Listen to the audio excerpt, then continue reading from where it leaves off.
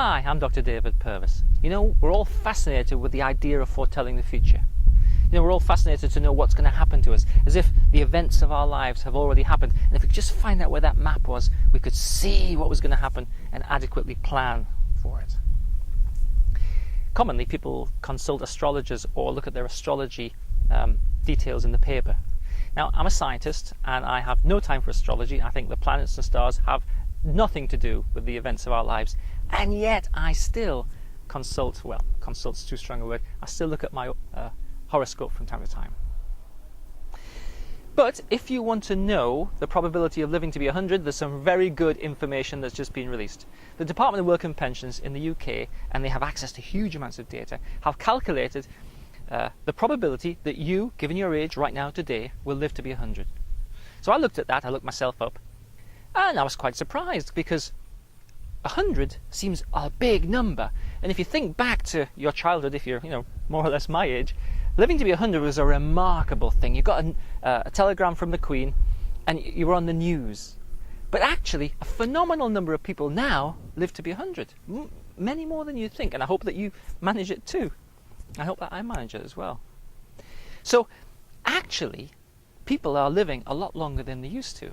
We're probably going to live longer than our parents, but certainly we're going to live longer than our grandparents, all things being equal.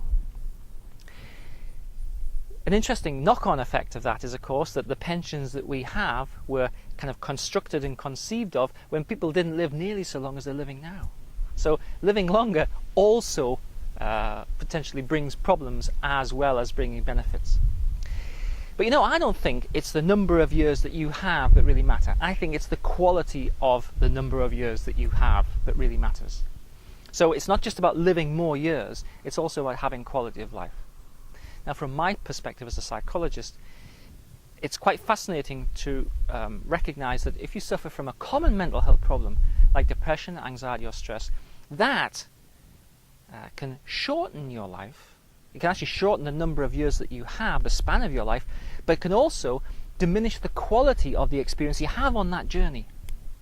So I think it's really important that we tackle depression, anxiety, stress, and a host of other psychological problems.